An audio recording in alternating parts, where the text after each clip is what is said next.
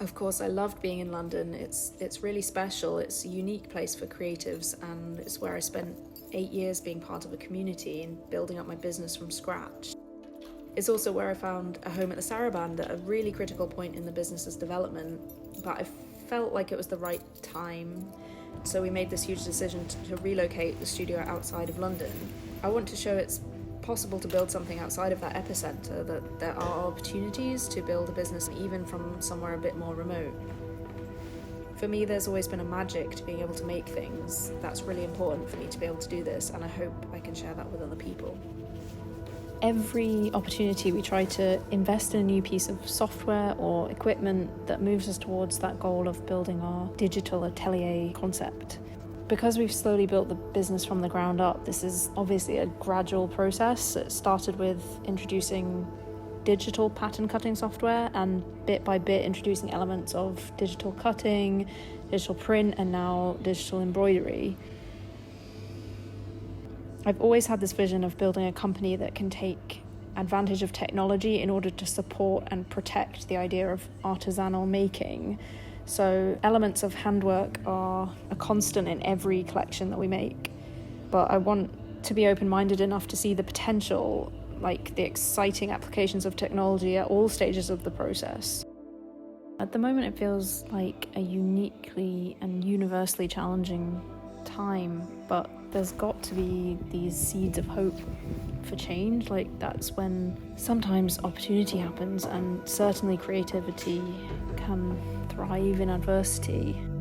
My hope would be for a much needed refocus in the industry, and it's a chance to look away from immediate commercial distractions and really revisit values. Fashion can be brutal to small businesses. We're quite used to fighting to survive season on season, so it means you become very resilient, and it can feel very empowering to be totally independent, to have agency over your own creativity. The overriding narrative in fashion seems to have been bigger, more, faster, and this has never sat well with me. I've always felt that one of the things that's broken about fashion is the constant and exhausting churn of things, which supports and promotes this idea of a temporary, fleeting value of an object. As a designer, I always want to question my motive behind creating something new, whether it will have lasting beauty and value beyond just a trend or a moment.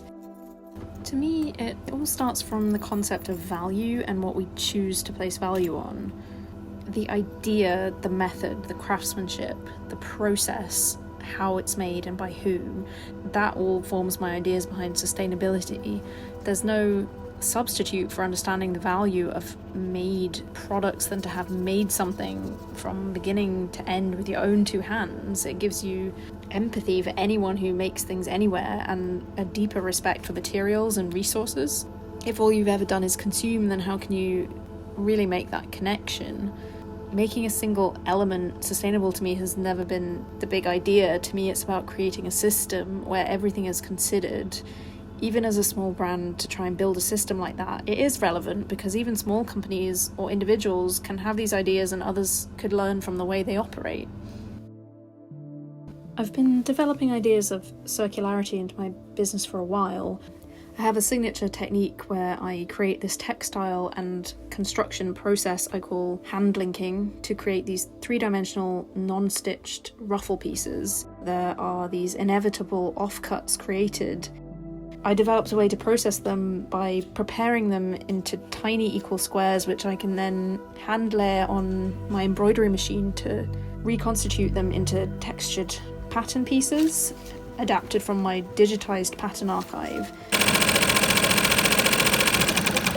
It means that nothing will go to waste, and we can create value out of scraps that would otherwise be considered waste. So, having developed a process, I can then apply this to anything. I like to think of it as a live research project, as it's an ongoing development, but I'm using it now in practice within my business and bringing these products to market and showing there's an appetite for them and an understanding of these pieces.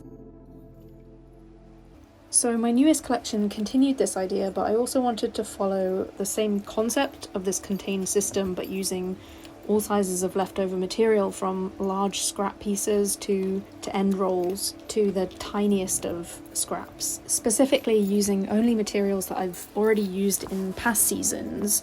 I wanted to show that we can completely reinvent those exact same fabrics and show how creative textile and construction design has unlimited applications to existing material. It's always felt a little ridiculous to me that a fabric might only be considered relevant for a specific season, that it should become useless feels like such an outdated idea. I think it will soon be completely normal practice for designers, and especially small brands, to be using dead stock or recycled or upcycled textiles. And this is a perfect opportunity to showcase our creativity as designers. We may be small, but as a group of individuals, we're infinitely resourceful.